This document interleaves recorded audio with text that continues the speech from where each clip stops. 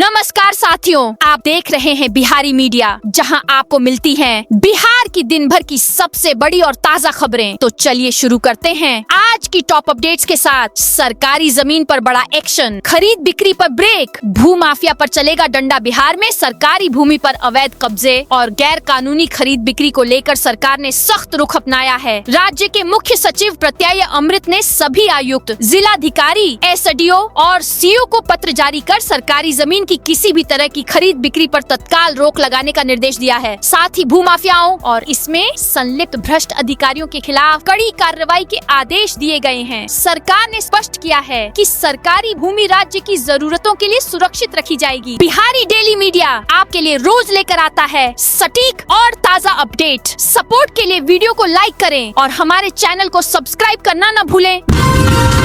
बिहार में बनेगी अशोक लीलैंड की फैक्ट्री। बस ट्रक निर्माण से हजारों को रोजगार। बिहार औद्योगिक विकास की दिशा में एक और बड़ी उपलब्धि की ओर बढ़ रहा है। आंध्र प्रदेश, महाराष्ट्र और उत्तर प्रदेश के बाद अब अशोक लीलैंड बिहार में अपनी फैक्ट्री लगाने जा रही है। यहाँ बस ट्रक और अन्य भारी वाहनों का निर्माण होगा। कंपनी की ओर से मुजफ्फरपुर, भागलपुर, गया समेत करीब 1 दर्जन जिलों में भूमि सर्वे किया जा रहा है। फैक्ट्री से लगभग 8,000 लोगों को प्रत्यक्ष रोजगार मिलने की उम्मीद है।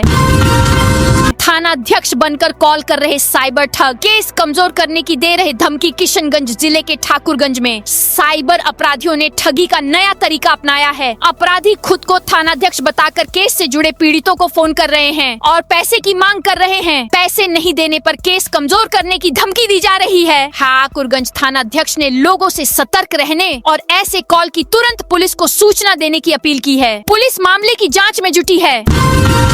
फर्जी म्यूटेशन कराने वालों पर शिकंजा, एफआईआर के साथ जेल और जुर्माना तय। भूमि विवाद बढ़ाने और फर्जी कागजात के जरिए म्यूटेशन कराने वालों पर अब सख्त कार्रवाई होगी। उप मुख्यमंत्री विजय कुमार सिन्हा ने अधिकारियों को निर्देश दिया है कि ऐसे लोगों के खिलाफ एफआईआर दर्ज कराई जाए। उन्होंने कहा कि दोषियों को जेल भेजा जाएगा और जुर्माना भी लगाया जाएगा। सीओ को डीसीएलआर और अपर समाहर्ता के सहयोग से ऐसे मामलों में आपराधिक कार्रवाई करने को कहा गया है। खेलों में नई दोस्ती, बिहार एमपी के बीच साझेदारी। खिलाड़ियों को मिलेगा लाभ। खेलों के विकास को लेकर बिहार और मध्य प्रदेश के बीच नई साझेदारी शुरू हुई है। बिहार के मशाल मॉडल को मध्य प्रदेश सरकार अपनाने जा रही है। इसके अध्ययन के लिए एमपी के अधिकारियों की टीम जल्द बिहार आएगी। साथ ही बिहार के खिलाड़ियों को मध्य प्रदेश की खेल अकादमियों में 20% आरक्षण दिया जाएगा। वाटर स्पोर्ट्स में भी बिहार को विशेष सहयोग मिलेगा। पटना में किराया और टैक्स बढ़ेगा। 19 सड़कें बनी। प्रधान मुख्य मार्ग पटना में घर और दुकान किराए पर लेना अब महंगा हो सकता है। पटना नगर निगम ने शहर की सड़कों का नया वर्गीकरण किया है, जिसके तहत 19 प्रमुख सड़कों को प्रधान मुख्य सड़क घोषित किया गया है। इससे इन इलाकों में जमीन का बाजार मूल्य बढ़ेगा। साथ ही आवासीय और व्यावसायिक भवनों का होल्डिंग टैक्स भी बढ़ जाएगा।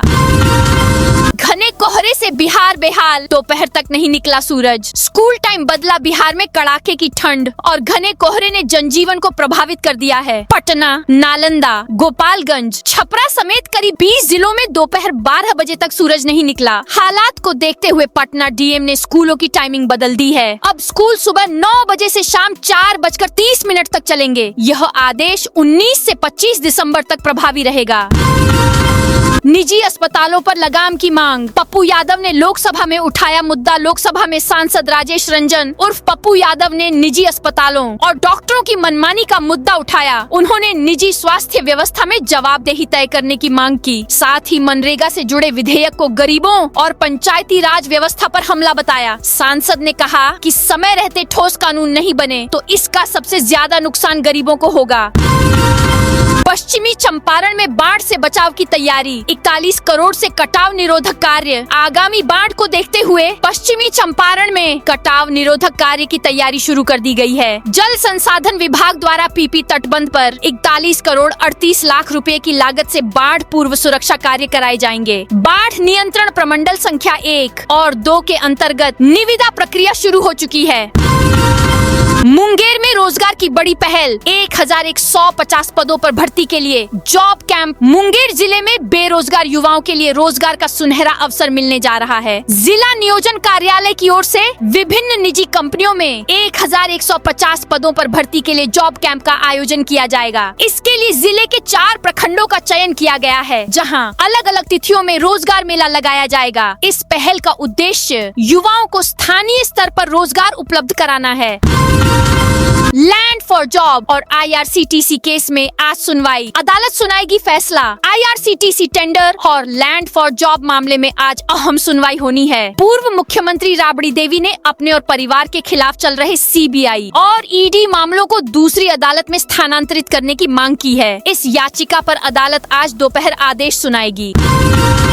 पटना में ठंड का असर, सभी स्कूलों की टाइमिंग बदली। लगातार बढ़ती ठंड और ठंडी हवाओं को देखते हुए पटना जिला प्रशासन ने बड़ा फैसला लिया है। DM पटना ने सभी सरकारी और निजी स्कूलों की टाइमिंग में बदलाव 10 बजे से 12 बजे तक किया है का आदेश जारी किया है। बच्चों के स्वास्थ्य को ध्यान में रखते हुए यह निर्णय लिया गया है। खगड़िया पूर्णिया 4 लेन को मंजूरी। 4000 करोड़ की परियोजना खगड़िया से पूर्णिया तक NH 21 को 4 लेन बनाने की प्रक्रिया तेज हो गई है। लोकसभा में खगड़िया सांसद के सवाल के जवाब में केंद्रीय मंत्री नितिन गडकरी ने बताया कि इस परियोजना पर करीब 4000 करोड़ रुपए खर्च होंगे। इससे इलाके के विकास को नई रफ्तार मिलेगी। खया में ठंड से राहत, 8वीं तक की कक्षाएं 9 बजे से शुरू हुई। जिले में बढ़ती ठंड और शीतलहर को देखते हुए जिला प्रशासन ने स्कूलों की टाइमिंग बदल दी है। आदेश के मुताबिक कक्षा 8वीं तक की पढ़ाई सुबह 9 बजे से पहले और शाम 4 बजे के बाद नहीं होगी। यह आदेश 19 दिसंबर तक प्रभावी रहेगा। पंचायत चुनाव से पहले आरक्षण बदलेगा, नए सिरे से होगा निर्धारण। बिहार में पंचायत चुनाव से पहले आरक्षण का नया फार्मूला लागू किया जाएगा। राज्य निर्वाचन आयोग ने साफ किया है कि दिसंबर 2026 से पहले पंचायत चुनाव कराए जाएंगे। इससे पहले सभी पदों के लिए आरक्षण का पुनर्निर्धारण किया जाएगा, जिससे राजनीतिक हलचल तेज हो गई है। बेतिया में ATM लूट की बड़ी वारदात, गैस कटर से 23,52,000 रुपए उड़ाए। बेतिया में चोरों ने एक ही रात 2 ATM को निशाना बनाते हुए 23,52,000 रुपए की चोरी कर ली। नगर थाना और नौतन थाना क्षेत्र में गैस कटर से ATM काटकर वारदात को अंजाम दिया गया। पुलिस मामले की जांच में जुटी है। सीवान में ई-रिक्शा पर ब्रेक, नए रजिस्ट्रेशन पर रोक। सीवान में बढ़ते ट्रैफिक जाम को देखते हुए नए ई-रिक्शा के पंजीकरण पर रोक लगा दी गई है। नए DM विवेक रंजन मैत्री ने शहर की यातायात व्यवस्था सुधारने के लिए यह फैसला लिया है। आदेश नगर परिषद क्षेत्र में लागू होगा।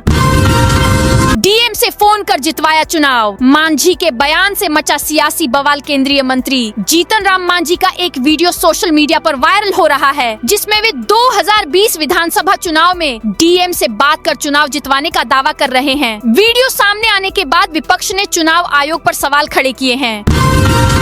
पटना पूर्णिया और हल्दिया रक्सौल एक्सप्रेसवे का सर्वे पूरा। समस्तीपुर जिले से गुजरने वाले 2 नए एक्सप्रेसवे के लिए सर्वे का काम पूरा कर लिया गया है। पटना पूर्णिया और हल्दिया रक्सौल एक्सप्रेसवे कुल 117 गांवों से होकर गुजरेंगे। जल्द ही भूमि अधिग्रहण से संबंधित गजट जारी किया जाएगा। तो दोस्तों, ये थी आज बिहार की दिन भर की सभी बड़ी खबरें। कल फिर मिलेंगे नई अपडेट्स और ताज़ा रिपोर्ट्स के साथ। धन्यवाद।